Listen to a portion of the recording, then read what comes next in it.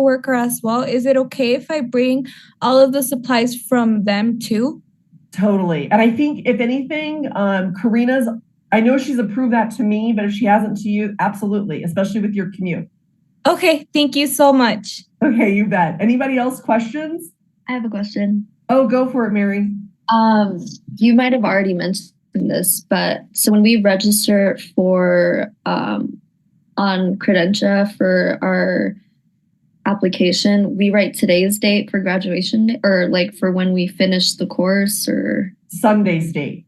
So no one can register with Credentia till Sunday. Sunday. Okay. Because if you do, it'll be sad because then you'll have to do the whole thing over again because you have to get that last question. You're like, oh, I can't even, it won't let me put Sunday's date in there because it won't let you go ahead. So yeah. Thank you. And then for when we actually do the skills exam, we have to bring our own stuff? No, everything's provided that day. I would suggest that everybody just wears clothes that help you be a good client, not like high top sneakers that have a lot of laces. Not that anybody wears those, but something that's more slip on for shoes. Maybe a looser t-shirt so you can get it over the arm for blood pressure, but athleisure is totally fine. I would say, just like your faculty probably suggests, no really long eyelashes, no super long stiletto nails. I would say just all jewelry off when you're washing your hands, but everybody has their preferences on these little things, but otherwise it's just regular people clothes, just know that as a client, shoes are nice and a loose fitting tee or something so you can roll it up for blood pressure. But otherwise that's it. Are Crocs okay? Crocs are fine. Crocs are not okay for clinicals though. You're supposed to wear sneakers at clinicals, everybody. Thank you. Yes, of course. And we don't say things unless we've gone through experiences. I'll always leave it at that. So speaking of that, any other questions? Because these are good ones. I'm going to go into like some clinical stuff and some state board stuff real quick. Okay. Well, I'll just go into state board stuff, I guess. We're kind of talking through that. So with state boards, know that I usually talk to most students that get their I talk to most students because after you're done with state boards, we're going to send out an email. You'll set up a quick alumni call. And then I try and follow up with anybody that hasn't been able to set up an alumni call. But I do hear the feedback from students is the point. And I will tell you that most students pass. That's how it is at SDSNA, okay? You're like a little machine. Have that confidence. Don't get overconfident by any means because we have fails too. But the fail that hurts the most is the fail where you think like, I did it right, and they zing me for that. And that's upsetting. And if something like that happens, you can file a grievance, but you should talk to me about it. So wait to get an email from us after your state boards and we'll check in. And if you're in a position to need to talk, then reach out, let us know and set up a call. Let's say, before we reach out that you didn't pass, reach out to us. We'll have a quick conversation. We got to set you up for success, getting you back in the Canvas courses. Everyone loses access to the state board prep course with all the videos the morning of your skills exam. So don't be worried about that. Like that's normal, but don't try and just save up all your studying while you're at school that day. Okay. Like you should already be studied up before the day of your state exam. Okay. So otherwise, let's see, what was I going to say with that? I'm losing my train of thought. Let's see. Okay. So with the state exams, I'm going to walk through kind of the feedback outside of the grievances. That's a kind of fail. Like you'd rather have the fail where you're like, I made a mistake. I know I made a mistake. I got to retake it because you can own that. But when someone else is giving you that zing, you've got to file that grievance. That way you can use your voice to let them know, like, no, I really know how to do this skill. Now, the other types of fails that we have outside of the grievance type or outside of like, yes, I totally did that wrong. I knew in the moment I was doing that wrong. Those are the types of fails that we usually have. But otherwise, nerves or when it's a total fluke. And for nerves, I had a student talk to me.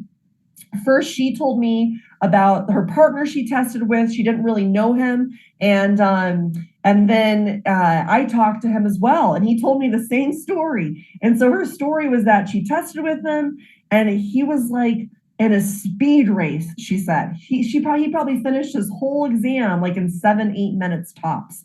And she said that he started the whole thing like running. Like you could tell even when he was washing his hands, he didn't want to be standing there. It was just like that energy where he just wanted to keep going. And so even when he was doing like blood pressure, she said like it was just sweat just everywhere. Like he was just like in this way of running, like he really was huffing and puffing. And the evaluator was saying like, hey, you can take your time. You've got a lot of time. You can slow down. And he just wasn't really listening or anything. And so, yeah, he failed. He failed a lot of his skills. And when I talked to him, he said, I was so nervous. He said, and this was before COVID. This is not before COVID. This was in the heart of COVID when no one could come to the school at all. And he had said, I had never been to the school and I just wanted to get out of there. The first time I got there that day, I didn't want to be there. And he just ran through the whole thing and he knew all of it. He just let those nerves work the best of him, So just know this happens, okay? Like it can happen. And now we also have someone else that told me this great story too, where she was probably the most nervous Nelly student we've ever had, I'd say, okay? She's an empty nester, had 3 boys, and they all worked at her long-term care facility throughout high school. And now that they were all gone, she wanted to really go full-time with what she was doing with her community, with where she worked. And she said, the week leading up to boards, I was almost practicing too much. I was making such silly mistakes. Even my cats were getting bed baths. And she said that seeing her partner make all these mistakes because he was the first one to go, he actually corrected every single mistake. And in that moment, I realized we're all human. We're going to make mistakes. And seeing him walk through the process completely calmed me down. My nerves didn't take over after I saw all of his corrections because they were accurate. And then when it was my turn, it just rolled right out of me, the whole thing. I was in total control of that little lab. That lab was my stage. I was so prepared. I was so smooth. I could tell the nurse evaluator was proud of me because she was smiling under her mask. Every time I'd ever practiced these skills, they were actually leading me up to this moment. So tell all of your alumni to practice like an SDSNA machine, and it's going to roll right out of them on our skills lab stage. I mean, listen to that, okay? I know we get our little geeky students, and I was one of them as well, but this is the good stuff, you guys. Think about all those nerves, and you're not the first to go when you're laying there as the client. You're thinking about all the things this person's making mistakes on, as you just would, and they're correcting them. And you can see and hear the nurse feedback, letting them know, like, yes, you've got the competency that it takes. I can mark you off. I can say yes to this person because they're not looking for perfection. You got to park that at the door. They're looking for competency. They want to make sure that if you are making mistakes, that you're verbalizing them. You get to higher levels in healthcare, people's lives are on the line. So these are the simplest little things. And I want to share that the Board of Nursing let me know at one point, Whitney, your students, they are taught to use their voices. Like, think about that, that's powerful stuff because you have to be in that position to use your voice. You have to be in that position to advocate for the people that you're caring for. Like it's of the essence, So anyway, I want to share that because I think it's really special that when you go through this process, whether you've got the nerves, whether you have practiced too much, no matter what, when you get there that day, it should feel like another practice day at SDSNA. The moment you put your fingertips in that water, you're taking control of that lab. You're setting the pace, you're setting the tone. Before you finish any skill, you're pressing pause and you're asking yourself, did I do that right? Was that totally correct? Do I need to make any corrections? Okay, my skill's complete. Really check in with yourself. It's not just running through the skills, it's going slow enough to know you're doing it the right way. And remember, that rationale, why you're doing this. So that's going to help you do it correctly anyway. Anyway, those are just some state board thoughts of students that I talked to, but I will tell you, this is a pretty funny one too. The last one I'll share is total fluke. We had a student that took it and it was close to the 2-year mark. Everybody can take state boards. I don't even like to say this. Everyone can take state boards up to 2 years after you graduate. No one should do that. You need to just data dump this information as soon as possible. But she waited to even take her first try about 2 weeks before the 2-year mark. And she said, Whitney, use my story, never use my name. So I don't, okay? That's gone. But you need to hear this story. She did not practice one iota. She didn't go to the skills lab. She didn't look into Canvas. She just went off memory. And when she went to her boards, because it was this place where we talked probably 6 times in the past 2 years. And finally, I was just like, just go take it. It doesn't matter to me if you've studied, if you didn't study, quit making it so big. Just go get that done. And, she went and she got it done. And guess what? Every skill was perfect except the final one. And this is the hard part, because you need to know it was close to 2 years. Never looked at a skill, never studied a skill. She missed the last one, and this is why. And you'll get a chuckle. She had perineal care. So she told the evaluator, got all of her supplies, I need you to put the catheter in because I've got perineal care on Susie today. And the evaluator said, okay, I'm not going to put the catheter in, but why don't you get started and do your best? And the girl was like, she needs the catheter. I'll just wait, And the evaluator was like, I'm not going to put the catheter in, but do your best. And so this sweet alumni, she said to me, she gave the weirdest bed bath she's ever given. She was not taught. She gave Susie's stomach a bed bath. She gave her legs a bed bath. She didn't know what she was doing. She just knew that she was not doing perineal care in her mind because there was no catheter. So, of course, as you know, catheter is catheter, perineal is perineal. She realized, if she had just looked at the support that we have for her. Do not wing it. In the skills lab, there's that sign, people who practice and participate are people who pass, period. And it's not lip service. I had a really geeky little class, I will tell you, but at the same time, it's because it works. And you've got to have that muscle memory in there. You've got to make the effort. Remember in the very beginning, when we talked at orientation about this class, I'm like, hold on to your hat. And here you go. This is going to take on your life for a while. It's not over. You got to recommit. You got to recommit to what you started. You can't just take these next 3.5 weeks and blow them off.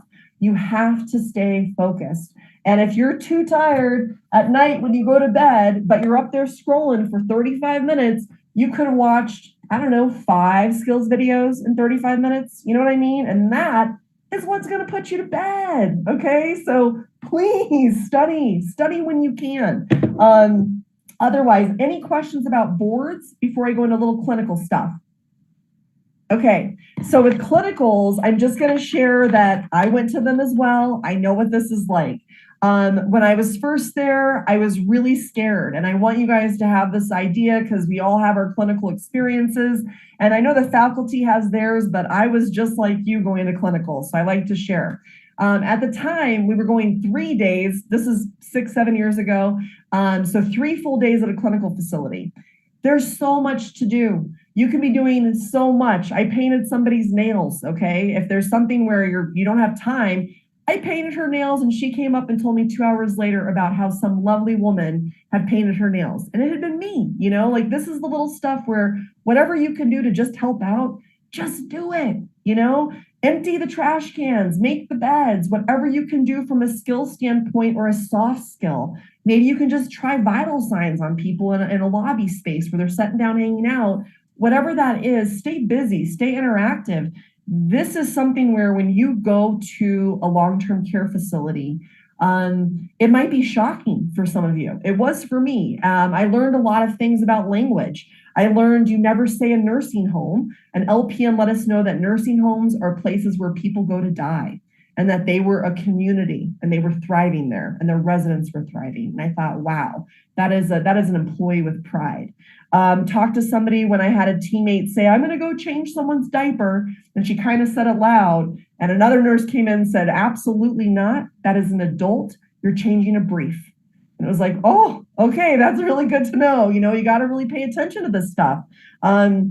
We had a situation where there was a pink eye outbreak. And so we were very careful all day long on everyone with bacteria infection control, washing hands, all of it. But as we were doing it and going through one of the rooms, washing hands and helping some of the residents clean off, one of my teammates said, this feels like at the end of recess because we had just had lunch. And she's like, end of recess, we come back in and we're washing things up. And a CNA said, oh no, you you don't talk about the residents like they're at recess, they're adults.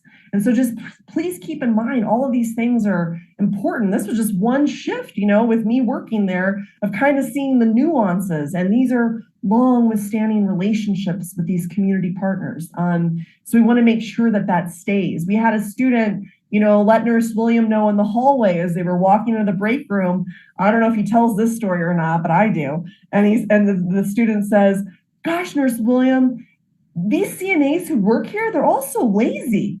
And guess who was in that break room? All those lazy CNAs. Okay, so you can imagine how the rest of the day went that day. So please pay attention because all of this is so important.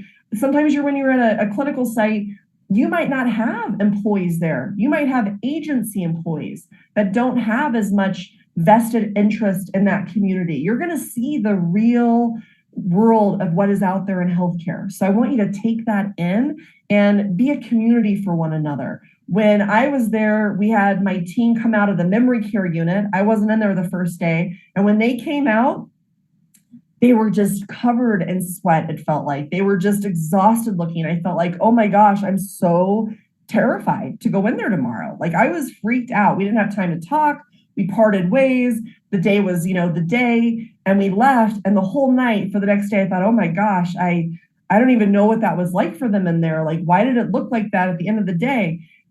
Next day, I had memory care. You know what? They keep the heat up just a couple more degrees. That's why it was my favorite part of my whole clinical experience was memory care, So please know that we make things bigger and extra and scarier, and they're not. And really, we need to humanize all of it. I mean, the amount of students that walk away and leave, clinicals, and they're a little teared up, they talk to us about this, and it's that feeling of like, I'm leaving, but all these humans are staying, and this is where they live, and there's that feeling because you don't pay attention, you don't understand until you really see it. So with that said, I also want to mention one last part is that my CNA on one of the days I was there asked us to go do shower care. And we thought, oh yeah, let's go do this. And so we took a resident in the shower room, and that room was covered in tile, the floors, the walls, the ceilings. We were not trained in giving someone a shower. Okay. I want to make that very clear. You have waived your liabilities, or you waived your rights, you sign off your liabilities on those waiver forms, being monitored by a CNA, an LPN, an ADN, a BSN, your faculty member. Everything has to be, you're shadowing. You're not a CNA yet. You're not licensed. You're students with no liability. You've done drug screens, background checks just to be on their property, so keep this all in mind. But really have fun with it. It was so beautiful. I mean, when we were there, the couple that we had, they were like the king and the queen of the whole place. And the last day we were there, out of the blue, one of them passed away. And it was bizarre to see that, to feel that, and also so normal for everybody that worked there and to understand, to really understand that this is healthcare and that this is what CNAs do and that this is what nurses do. These are what communities do when they have residents. It really just, it struck a chord. I hope it does for everybody on this call. I think everybody should go out there and be in the hospitality industry at some point. Everyone should go and they should work in healthcare, even if it's for a month in high school, and then maybe even go to a boot camp at some point, something to get us out of our comfort zones where we know there's so much more out there than just the day in, day out that we're doing. There's so much community if we really extend ourselves that way. So I hope that you go out there and you're able to do that this weekend, okay? But really pay attention because the people that work there, they work hard, and the residents that live there, they need TLC more than anyone, period, okay? Otherwise, before we get off this call, I'm just gonna share very briefly before I started working here, there's a lot of things that I mentioned in orientation about the 4 weeks and how this is so much more of a CNA journey that's not about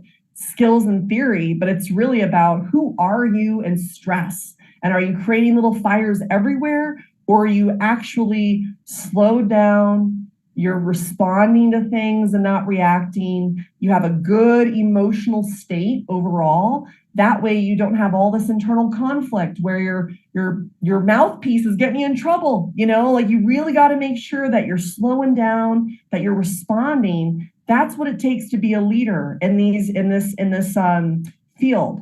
And when I was out there, I was working in home health care, and the clients I had, they really were in crisis. They weren't in situations where they had long-term chronic conditions all the time. Sometimes it was just, rapid progressions in their conditions. And right before I took over the school, I worked with somebody that his story just is not my story to tell, but it's part of my experience. And it really allowed me to see just how amazing human beings are, and really the fight to want to help educate people, to help keep people's memories and their stories alive. And I've worked with someone named Mike Simbura. I have permission to talk about him. One of his daughters has come through. She's going on her way to be a nurse at this point, and so is his other daughter, but he has passed away. I worked with him the year that I ended up starting to work with SDSNA. It was right after I graduated with my CNA licensure. And a lot of things I did to work with Mike were completely out of my scope of practice, but everybody has their little niche, and mine was home health care. I loved the ability to be part of a family unit, to go in somewhere, to create certainty from chaos. We would build up their teams from maybe 3 people to where they'd go all the way to like 13 employees, where everybody would have a shift because it was 24/7 care. We would create training manuals, so that way these families weren't consistently telling people, oh, nope, you need to do this, you need to do that. When we leave the house, you grab this. These are the groceries we need. This is how you run the wash machine. Whatever it was, we had photos. We had this entire manual, so people didn't feel like their homes were institutionalized anymore. They felt like they can go off and look at the training manual, get their questions answered, and then talk to me. We created boundaries and barriers where they got to still live their lives and be in their homes.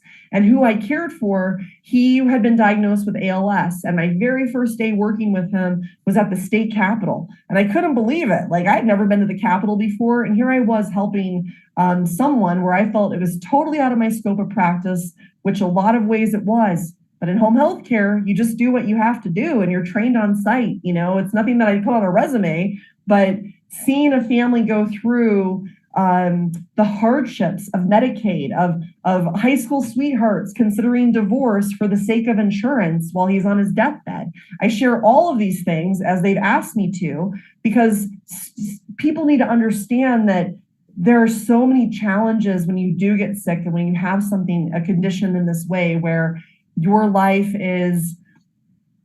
it's just not the same. When we worked with him, he could only communicate out of one eye. So talking to him, we'd use a blinking system where I would just use numbers, 1, 2, 3, 4. You blinked at 1, A, B, C. You blinked at C, first letter C. And then we'd go back and do it all day, every day. That's how he communicated. He could move one eye.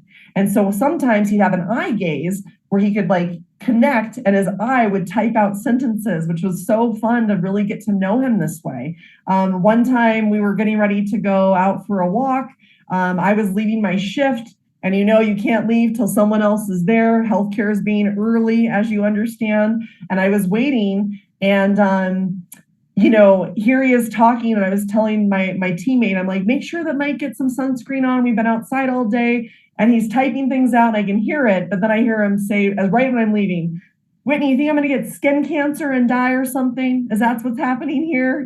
He's so funny, you guys. I mean, it was just his humor, the ability to just keep persevering for the sake of wanting to change what ALS was. They were so frustrated that ALS was, everybody knows what the ice bucket challenge is, but no one really knows about ALS. And so Mike was the face of something called the Death Ride here in Colorado, which is a cyclist network or a cyclist.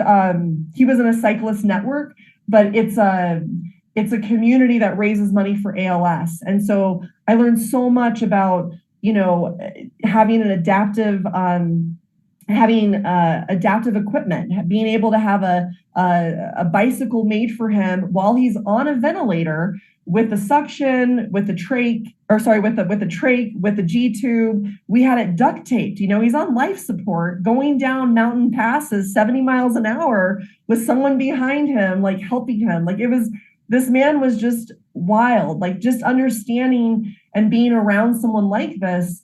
I just realized, you know, as scared as we are on the front end of something, just like I explained at clinicals, because when I first met Mike, I was terrified. I don't have some huge background in healthcare. I'd never been around somebody with Lou Gehrig's disease. And when I met him and normalized, he normalized everything for all of us. And that's really what I want to do, is I want to keep that going around. Just the more we know, the more we're educated, the easier it is to have so much empathy for people around us, you know? And I didn't know what I didn't know. So I'm just going to share some quick pictures so you guys can see Mike and understand this experience real quick.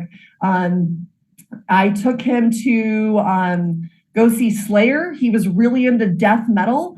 Basically, when we went and saw Slayer, we would do shower care. Shower care was about 3 hours, where we'd have to have him in a sling up in the ceiling. And so he was very much not mobile, you know? So getting him to a Slayer concert, this was amazing. We would listen to death metal in the shower for like 3 hours on loud. And this is just who he was. And he absolutely just the kind of person he was. I just can't even begin to tell you. This was him at the Slayer concert. People wanted to take pictures. He was getting a beer and a G tube. It was super fun that night. He wanted to keep going. This is all of us. These are the shirts that he had created. And everybody gets their dignity. You know, this is what he wanted. And I had somebody say, gosh, I don't know, we should make those shirts. And I said, you know, it's really what Mike wants. So the bullhorn is the U, and that's really how he felt about the disease. So I'm putting that out there because that's who he was. This is him with his bike for the death ride. You can see his ventilator right there, but that's Zach helping him throughout the mountain passes. Hey, Whitney, mine isn't advancing. Oh, it's not? I'm only seeing Slayer and a guitarist. Oh, goodness. Okay, let me do this. You're so great, Dre. Thank you for telling me. Let me try. Oops. Okay, stop the share. Okay, maybe you can see this shot of the group shot. Thumbs up, Daisy. Okay, awesome. Not sure if I'm gonna have to do all these. This is the group shot. These are the shirts he made. And I know they're not appropriate, but I like to just point out everyone gets their dignity. And it's really important to say that, you know, even in these moments. Now, I'm also going to try. Can you see the other picture, Brenda? Thumbs up with the beer, or is it not? Nope. Okay. I'm going to have to just share individually, but that's no problem. So this is him at the concert. Okay. It was just really special because he totally had a good time, you know, and he wanted to keep going. Like, it's who he was is just, oh, it's unbelievable. I'm also going to show you the bike ride pic. Just 1 second. This is him with the bike that he had made, the specialty bike. So you can see his ventilator right there, literally duct taped, you know. We flew by the seat of our pants, you guys. You know, when you're at a race, you're following, you know, someone behind with the car. Like, his family did that for him, you know, like it was just like any other race. He was like any other cyclist, and clearly he wasn't, but what an amazing man. He was featured on 9 News a whole bunch of times during all of this, really getting the word out there about ALS. The last photos I want to share with you, I told you the first time I ever met him, he was at the state capitol. And this is him right here with President Donald Trump. This was his goal. He was able to get the Right to Try Act sign. This is Mike right here with his wife, Nicole. And the Right to Try Act, and I have one more photo. The Right to Try Act is allowing people who are diagnosed with ALS to actually take medications, because when you get diagnosed, it is a death sentence, whether it's long-term or short-term, but you only get a certain time frame where you're allowed to take the medications because they're not FDA regulated. And so Mike made sure he went all the way to the top. He got that signed off, and he's changed things, you know, like that's who this man was. And I like to mention all of this because he opened up my eyes in a way that really solidified why we do what we do. And it's because this is the stuff. Like, this is the tangible stuff from a human to human standpoint of really caring for people. And it's the empathy, it's the compassion. You know, when he had his celebration of life event, there was not an aisle. I was at the top. You couldn't see the aisle as how many people that he affected with his advocacy, with his leadership. I mean, it was an incredible experience. And I know that there are parent providers on this call. I know that there are traditional CNAs out there in the field, and you take things in and you're part of something that's a conversation that really genuinely needs to be had, because until I changed things up for myself and got more into healthcare and education, I just didn't know what I didn't know. And that's the majority. And so if we can all get out there, if we can be advocates and resources and just say, hey, I don't know if you know there's this thing out there, or I don't know if you know, but this nurse took the best care of me and this is why. Like, sharing the good stuff and those stories. I mean, I just had a dear friend go to the hospital yesterday for slurred speech and dropping things, you know, like stroke symptoms. And who's caring for her? That amazing Colorado healthcare team, you know? So with that said, go out there and just do good things, period. You know, that's it. Just do good things. And sorry, I'm not a nurse. I can't compartmentalize quite the same way. But I'm thankful that you all decided to come here. You could have gone anywhere for a CNA school, but I went here because my sister went here and I really wanted to go to this school. And I just feel like it truly is one that has a lot of heart. And it's because of the students, it's because of the faculty. We want you to geek out on your skills, and what we geek out on are those evaluations every single month of what we can do better, what we can do different. We're a little team that loves what we get to do, but truly it's the dynamic of what every cohort brings, and it's magic. I don't even know how else to describe it. You wouldn't know each other otherwise, but look at this little community. That's what it's about, you know? So with that said, please study. Do not think this is over at all. And then also go out there and be a CNA. Don't just go out there and do it. Go out there and be a CNA. And remember, the longevity of all of this, it goes right back to you taking care of you first, making yourself matter, making yourself important, doing all those things where you feel solid on the inside, like you love yourself.